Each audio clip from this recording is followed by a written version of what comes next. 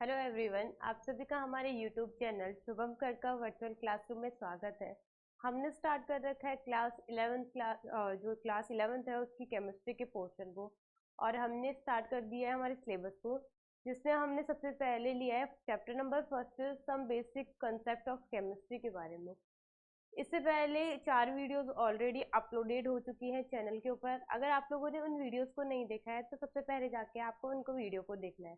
तो आज का जो टॉपिक हम स्टार्ट करने वाले हैं वो है डॉल्टन्स एटॉमिक थ्योरी। यानी एक साइंटिस्ट थे जिनका नाम था डॉल्टन।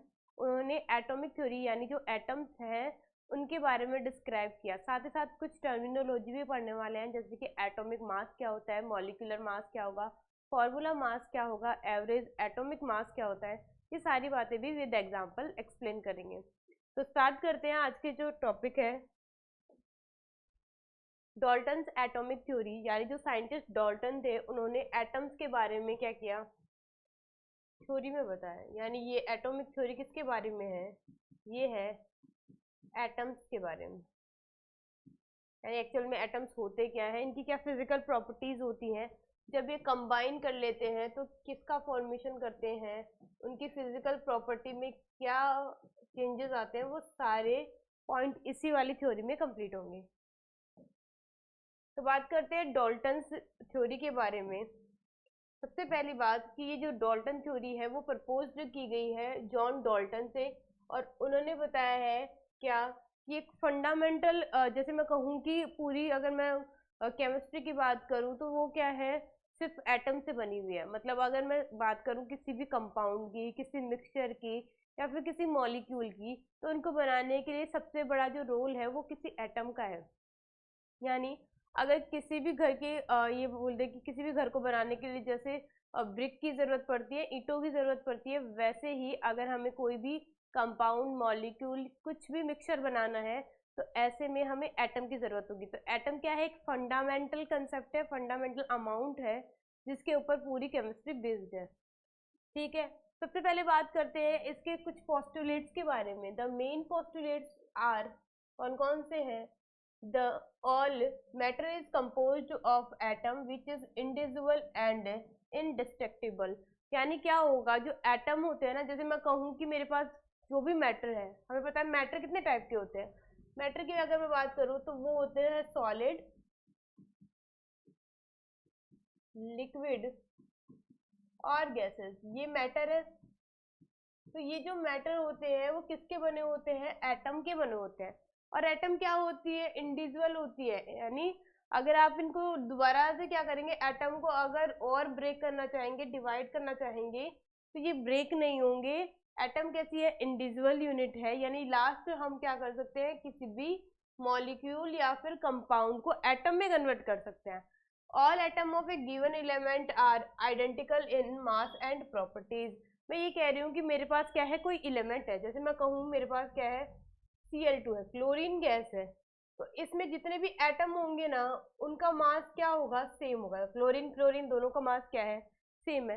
कुल मिला के डेफिनेशन की अगर बात करूँ तो एलिमेंट होते ही क्या है, एलिमेंट का मतलब है सेम टाइप के एटम मिलेंगे और क्या बनाएंगे, एलिमेंट का फॉर्मेशन करेंगे। इसका मतलब है एलिमेंट में प्रेजेंट जितने भी एटम होंगे उनका मास भी सेम होगा, और उनकी जो प्रॉपर्टी है, जैसे फिजिकल प्रॉपर्टी या केमिकल प्रॉपर्टी, वो भी क्या होगी, सेम होगी। नेक्स्ट बात करते हैं, atom of different elements have different masses and property. अगर मेरे पास क्या है, कोई डिफरेंट एलिमेंट है, जैसे कि मैं बात करूं मेरे पास HCl है, ठीक है। अब इसमें हाइड्रोजन और क्लोरीन ने मिलके क्या बनाया है, हाइड्रोक्लोरिक एसिड बनाया है। तो ऐसे में ये दोनों क्या है, डिफरेंट है, तो इनके मास भी क्या होंगे, डिफरेंट होंगे, मास भी डिफरेंट। और साथ ही साथ क्या होंगी, इनकी जो प्रॉपर्टी है, इनकी जो प्रॉपर्टी है वो भी क्या होगी, डिफरेंट होगी। ये हो गई इसकी बात। नेक्स्ट बात करते हैं, atom combine in simple whole number ratio to form chemical compound. यानी जो एटम्स होते हैं ना, वो क्या करेंगे, एक होल नंबर रेशियो लेंगे। जैसे मैं कहूँ, जैसे बात भी कर रखी है हमने प्रोपोर्शन लो में, जैसे कार्बन डाइऑक्साइड हो गई, जैसे कार्बन मोनोऑक्साइड हो गई, जैसे वाटर है, जैसे H2O2 है, ये सब क्या है, ये सब है कंपाउंड्स। यानी जिनमें क्या होता है, डिफरेंट टाइप के एटम्स होते हैं, वो क्या बनाते हैं, कंपाउंड बनाएंगे। और ये जो कंपाउंड्स होते हैं उनका रेशियो फिक्स होता है, इनका प्रोपोर्शन क्या होगा, फिक्स होगा। लास्ट बात करते हैं, chemical reaction involve the rearrangement of atom, not their creation और डिस्ट्रक्शन। यानी जो केमिकल रिएक्शन होती है ना, वो सिर्फ और सिर्फ एटम का रीअरेंजमेंट होती है। कैसे होती है उसको समझते हैं।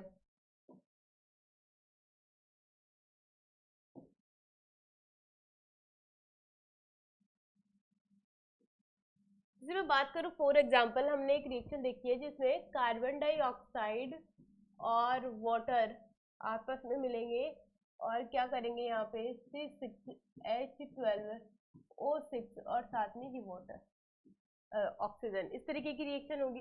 तो इसकी रिवर्स रिएक्शन की बात करूँ मैं, तो क्या है, यहाँ पे ग्लूकोज है और इसने क्या किया है, O2 है। अगर मैं ये रिएक्शन करवाऊँ तो क्या होगा, कार्बन डाइऑक्साइड और वाटर, इन दोनों की बात करें। अगर मैं ऊपर वाली रिएक्शन की बात करूँ ना, तो ये रिएक्शन कौन सी है, ये है फोटोसिंथेसिस। फोटोसिंथेसिस है। और इसकी बात करूँ तो ये नीचे वाली रिएक्शन है, वो है रेस्पायरेशन, श्वसन की क्रिया है। ठीक है, ऐसी वाली रिएक्शन हो रही है।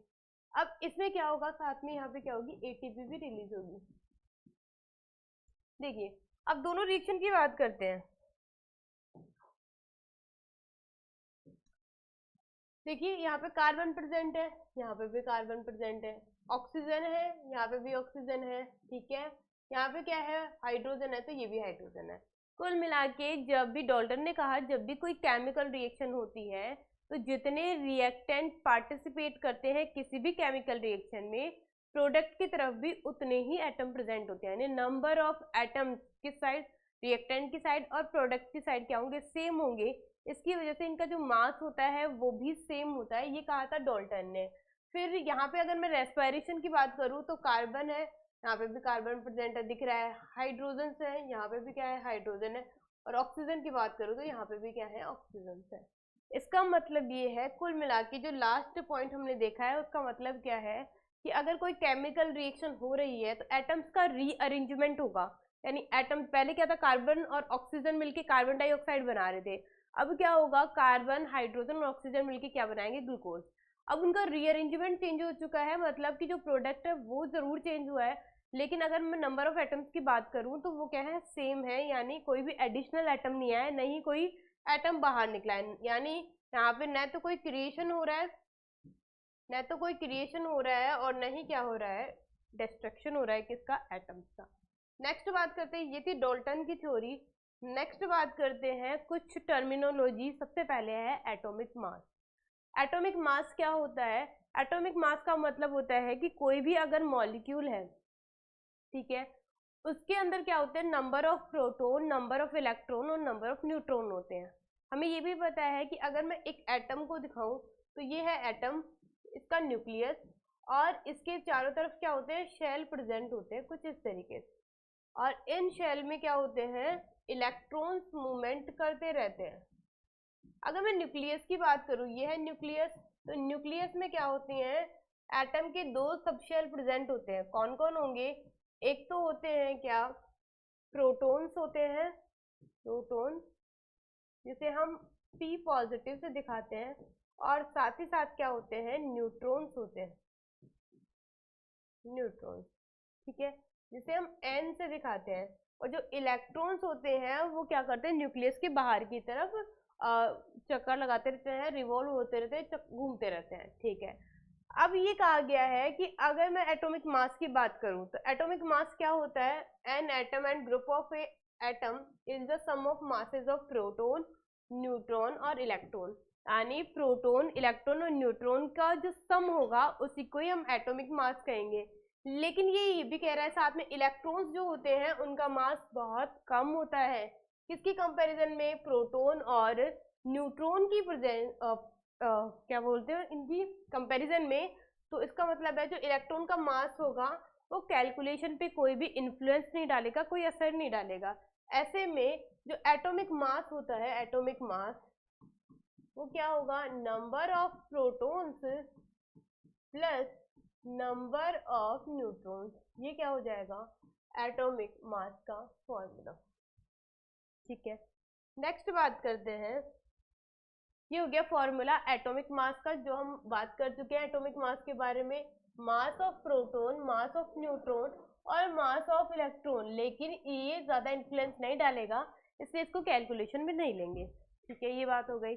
अब जब भी हम क्या करेंगे, एटॉमिक मास को एक्सप्रेस करेंगे, तो इसकी एक मास यूनिट होती है, उसे कहते हैं AMU, एटॉमिक मास यूनिट। यानी जब भी हम क्या करेंगे, किसी भी एटम का एटॉमिक मास लिखेंगे तो यूनिट क्या लगाएंगे, AMU। लेकिन अब ये क्या हो चुकी है, यूनिफाइड हो चुकी है, यानी हम इस एटॉमिक मास यूनिट को किससे दिखाते हैं, U से दिखाते हैं। जैसे हम किलोग्राम को केजी में दिखाते हैं, ग्राम को GM में दिखाते हैं, बिल्कुल वैसे ही क्या करेंगे, यहाँ पे एटॉमिक मास को U से डिनोट करेंगे। ये हो गया। अब बात करते हैं कि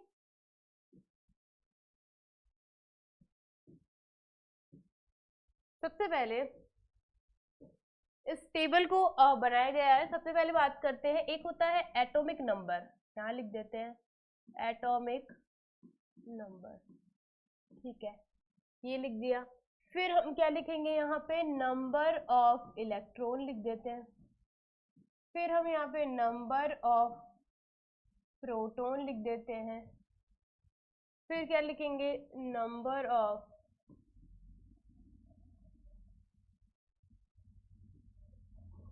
न्यूट्रॉन लिख देते हैं। या फिर एक काम करते हैं, प्रोटॉन और न्यूट्रॉन को दोनों को कंबाइन कर देते हैं। एक मिनट,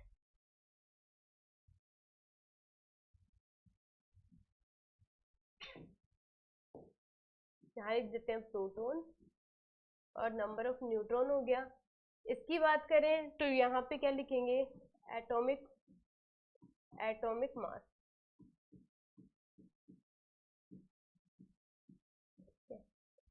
साथ ही साथ यहाँ पे क्या करते हैं, सिंबल भी लिख लेते हैं। ये सिंबल स्टार्ट करते हैं इस टेबल को। हमें ज्यादा नहीं तो कम से कम हमें कितने होने चाहिए याद, एटॉमिक मास 1 से लेकर 20 तक तो याद होने ही चाहिए, यानी हाइड्रोजन से लेकर कैल्शियम तक तो बिल्कुल याद होने चाहिए एटॉमिक मास। ठीक है, तो स्टार्ट करते हैं। सबसे पहले अगर मैं बात करूं तो हम यहाँ पे हाइड्रोजन की बात करते हैं। हाइड्रोजन का सिंबल क्या होता है, H होगा। फिर हीलियम की बात करेंगे, फिर लिथियम की बात करेंगे, फिर बेरिलियम की बात करेंगे और लास्ट में बात करेंगे बोरोन के बारे में। ठीक है, क्योंकि ये क्या है, ये है हाइड्रोजन, ये है हाइड्रोजन, ये है हीलियम, ये है लिथियम, ये है बेरिलियम और लास्ट में है बोरोन। इनकी बात करते हैं। ठीक है, सबसे पहले एटॉमिक नंबर की बात करते हैं। एटॉमिक नंबर होता क्या है, एटॉमिक नंबर का मतलब होता है किसी भी एटम को पीरियोडिक टेबल में कौन से वाली पोजीशन पे रखा गया है, वही उस एटम का एटॉमिक नंबर है। जैसे हाइड्रोजन की मैं बात करूं तो यहाँ पे जो सीरियल वाइज मैंने नंबर लिखे हैं वही इनके एटॉमिक नंबर है। जैसे मैं यहाँ कहूँ हाइड्रोजन का कितना होगा, 1 है, ये 2 होगा, ये 3 होगा, ये 4 होगा और ये क्या होगा, 5। ठीक है, अब बात करते हैं इनमें नंबर ऑफ प्रोटॉन और नंबर ऑफ न्यूट्रॉन कितने होंगे। तो देखो, एटॉमिक नंबर के बराबर होते हैं नंबर ऑफ इलेक्ट्रॉन और नंबर ऑफ प्रोटॉन। कब, जब मेरे पास एटम है वो न्यूट्रल है, तो ऐसे में यहाँ पे क्या हो जाएगा, 1, ये 2, 3, 4 और ये है 5। ठीक है, नंबर ऑफ न्यूट्रॉन कितने होंगे वो किससे पता चलेगा, एटॉमिक मास से, है ना। तो पहले एटॉमिक मास निकाल लेते हैं। सबसे पहली बात है, कुछ एक्सेप्शन केस है एटॉमिक मास को लेके, यानी इनके मास डिफरेंट होते हैं, तो हम उनको लेबल कर लेते हैं, जैसे कि हाइड्रोजन और जैसे कि बेरिलियम। इन दो को एक बार रहने देते हैं, बाकी को एक बार कर लेते हैं।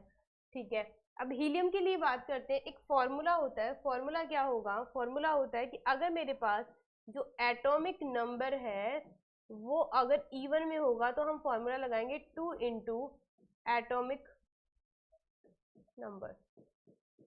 ये फॉर्मूला किसके लिए है, एटॉमिक मास के लिए। और अगर मेरे पास क्या होगा, एटॉमिक नंबर ओड में होगा तो फॉर्मूला लगाएंगे 2 इंटू एटॉमिक नंबर प्लस 1। ठीक है, करते हैं स्टार्ट। तो अगर बात करें यहाँ पे तो क्या होगा, हाइड्रोजन है उसको रहने दिया, हीलियम की बात करते हैं। हीलियम की अगर बात करेंगे तो यहाँ पे एटॉमिक नंबर 2 है, तो इसका मतलब क्या हो जाएगा, यहाँ पे मास हो जाएगा 4। ठीक है, लिथियम की बात करेंगे तो 3 है, तो कितना हो जाएगा 7, क्योंकि ये ओड में है। फिर बेरिलियम को रहने देते हैं और बोरोन की बात करते हैं, तो बोरोन कितना हो जाएगा 11। ठीक है, अब हमें नंबर ऑफ न्यूट्रॉन निकालना है, तो उसके लिए क्या होता है कि जो एटॉमिक मास होता है, अभी हमने देखा जो एटॉमिक मास होता है वो इक्वल होता है किसके, number of proton plus number of neutron के। अब इनको ऐड करेंगे, जैसे मैं यहाँ पे बात करूँ, इनको 4 आना चाहिए, तो कितना हो जाएगा, ये 2 हो जाएगा, ये 4 हो जाएगा। इसकी बात करते हैं, इसको रहने देते हैं एक बार, और यहाँ पे ये कितना हो जाएगा 6। ये क्या हो चुका है, नंबर ऑफ न्यूट्रॉन्स हो गया। नेक्स्ट बात करते हैं, इनको रहने देते हैं बेरिलियम और किसको,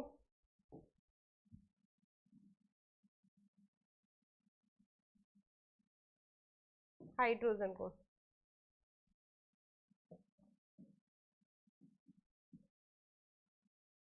ये नेक्स्ट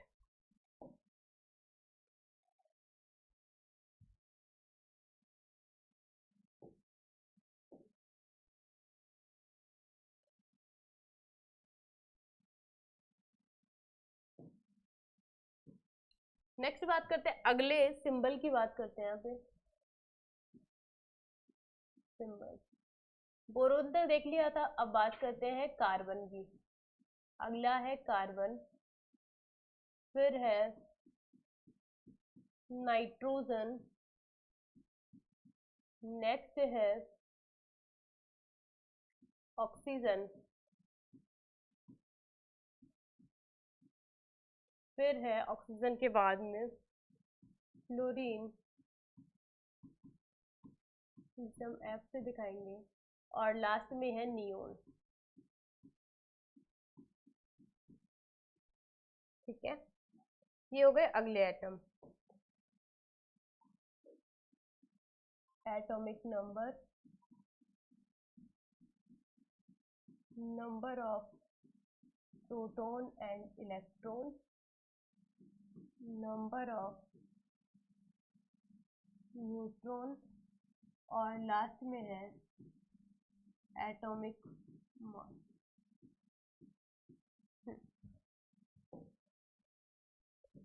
चलिए कार्बन की बात करते हैं, कितने हो चुके थे यहाँ पे, अगर इस टेबल की बात करें 5th तक हो चुका था। नेक्स्ट करते हैं, 6 नंबर हो जाएगा carbon,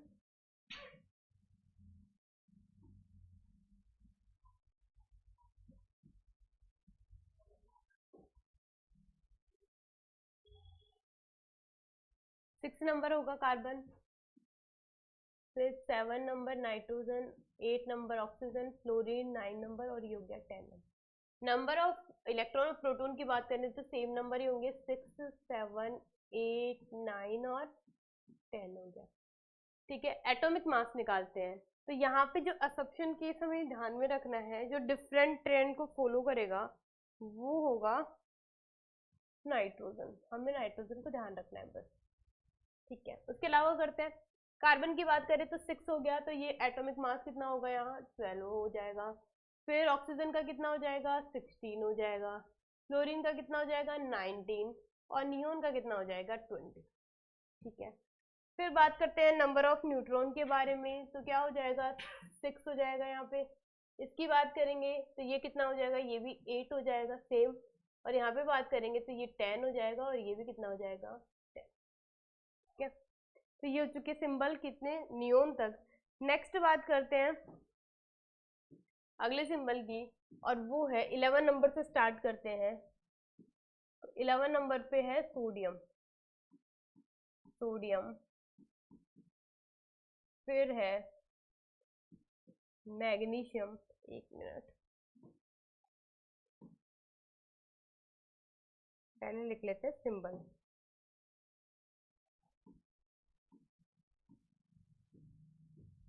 simple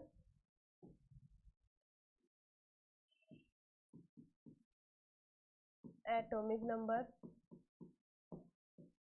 number of proton और इलेक्ट्रॉन, नंबर ऑफ न्यूट्रॉन, और लास्ट में है एटॉमिक मास। ठीक है, ये हो गया।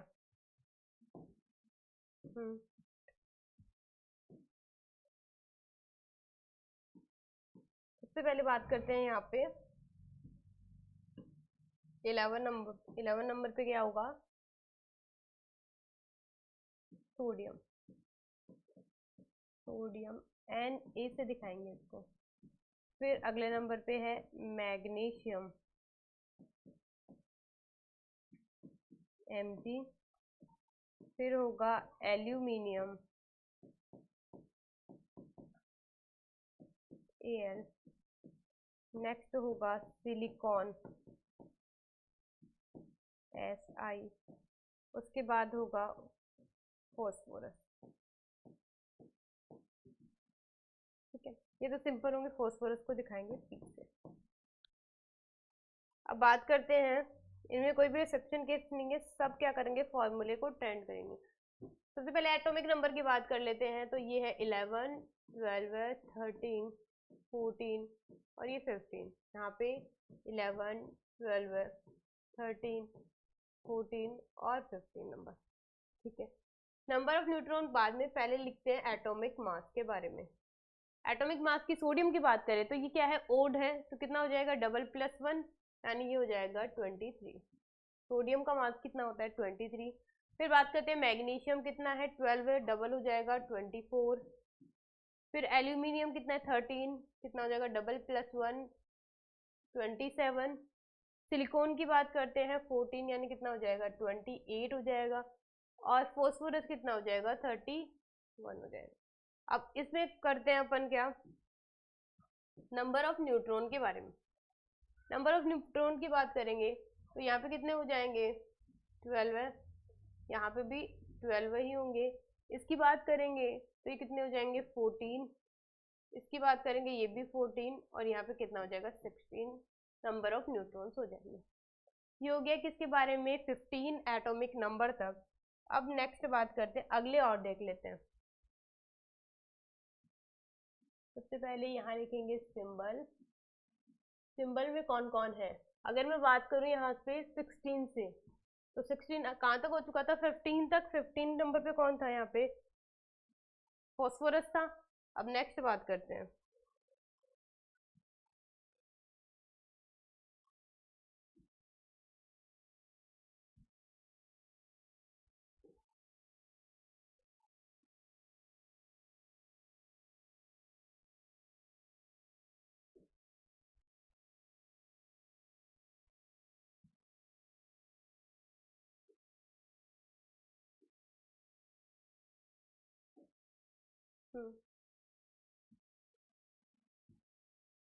सबसे पहले आएगा सल्फर।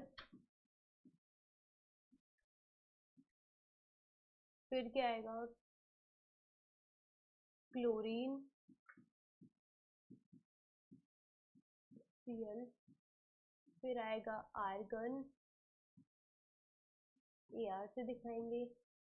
उसके बाद आएगा पोटेशियम, पोटेशियम को दिखाएंगे K से। और लास्ट में आएगा कैल्शियम, और इसको दिखाएंगे Ca से। ये तो हो गया। फिर नंबर लगा देते हैं, ये है एटॉमिक नंबर, यहाँ पे नंबर ऑफ प्रोटॉन और इलेक्ट्रॉन, नंबर ऑफ न्यूट्रॉन, और लास्ट में लिखते हैं एटॉमिक मास। ये हो गया। ठीक है, सबसे पहले इनके एटॉमिक नंबर लिख लेते हैं। एटॉमिक नंबर की अगर बात करें तो 15 तक हो चुका था, तो ये है 16, 17, 18, 19 और 20। एटॉमिक नंबर जितने क्या होंगे, नंबर ऑफ प्रोटॉन और नंबर ऑफ इलेक्ट्रॉन। ये हो गया। अब निकालते हैं एटॉमिक मास। वही सेम फॉर्मूला है, कि अगर मेरे पास क्या एटॉमिक नंबर क्या होगा, इवन होगा, तो हम क्या करेंगे, फॉर्मूला लगाएंगे 2 इंटू एटॉमिक नंबर। और अगर एटॉमिक नंबर क्या होगा, ओड होगा, तो फॉर्मूला लगाएंगे 2 इंटू एटॉमिक नंबर प्लस 1। ये किसके लिए होगा, इवन के लिए, और ये वाला होगा ओड के लिए। ठीक है, इसमें कुछ एक्सेप्शन केस भी हैं, यानी जो ट्रिक को फॉलो नहीं करेंगे उनकी बातें करते हैं। तो कौन कौन नहीं करेंगे, एक तो क्लोरीन नहीं करेगी और एक आर्गन नहीं करेगी, ये नहीं करेंगी। ठीक है, बाकियों को कर लेते हैं। ठीक है, तो यहाँ पे क्या हो जाएगा, एटॉमिक मास कितना हो जाएगा, यहाँ पे 32 हो जाएगा। फिर 17 नंबर और 18 रहने देते हैं, 19 जो है उसमें 39 हो जाएगा और ये हो जाएगा 40। ठीक है, फिर बात करते हैं इनके नंबर ऑफ न्यूट्रॉन की, बात कर लेते हैं। तो नंबर ऑफ न्यूट्रॉन कितने हो जाएंगे, ये 16 हो जाएंगे। इनकी बात करते हैं तो ये कितने हो जाएंगे, 20 हो जाएंगे, और ये भी कितने हो जाएंगे, 20 ही हो जाएंगे। ये हो गया। कुल मिला के हमें इस फॉर्मूले को ध्यान में रखना है। अब जिनको हमने ट्रिक के अलावा कहा था उनके भी निकाल लेते हैं।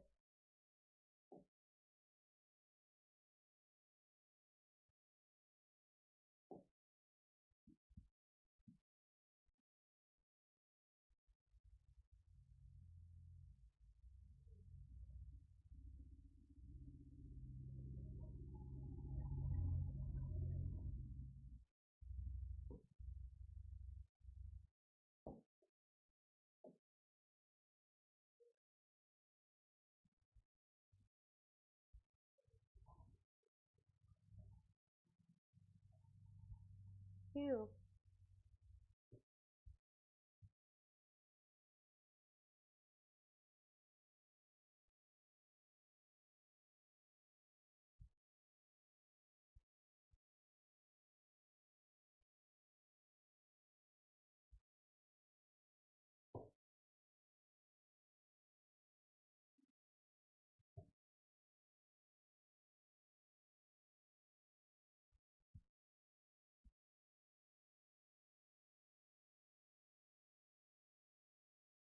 चलिए,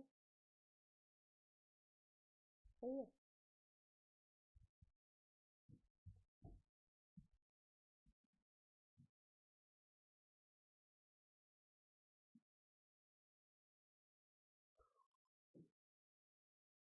सबसे पहले बात करते हैं हाइड्रोजन के बारे में। हमने सर्कल बनाया था हाइड्रोजन पे और बेरिलियम पर, तो इनकी बात करते हैं। तो इनका जो एटॉमिक नंबर होता है ना, वो फिक्स होता है। कितना होगा, सॉरी, एटॉमिक मास होता है वो फिक्स होता है, और वो होता है 1। ये हमें ध्यान ही रखना होगा। एटॉमिक मास 1 होता है, इसका मतलब है नंबर ऑफ न्यूट्रॉन कितने रहने वाले हैं, 0। किसमें, हाइड्रोजन में। नेक्स्ट बात करते हैं किसके बारे में, बेरिलियम के बारे में। बेरिलियम का वैसे तो एटॉमिक नंबर कितना है, 4 है। अकॉर्डिंग टू अगर मैं फॉर्मूला बात करूँ तो ये 8 होना चाहिए, लेकिन ऐसा नहीं होता है। ये एक ओड की तरह बिहेव करेगा, यानी हमें फॉर्मूला ओड का लगाना होगा। अब इसके लिए कोई वो नहीं है, ये फिक्स डाटाज होते हैं। तो कितना हो जाएगा यहाँ पे, 9। ठीक है, और अगर मैं, सॉरी,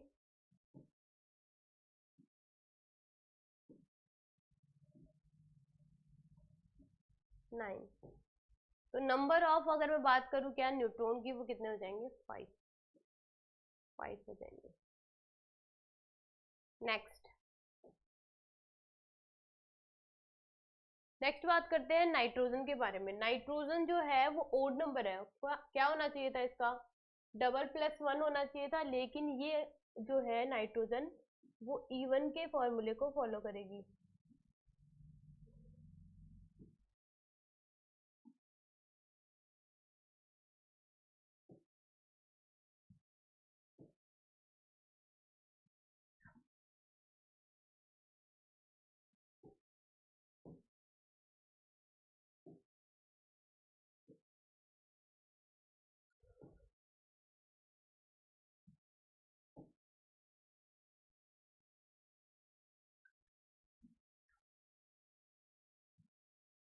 अब बाकी का पोर्शन करेंगे हम कल।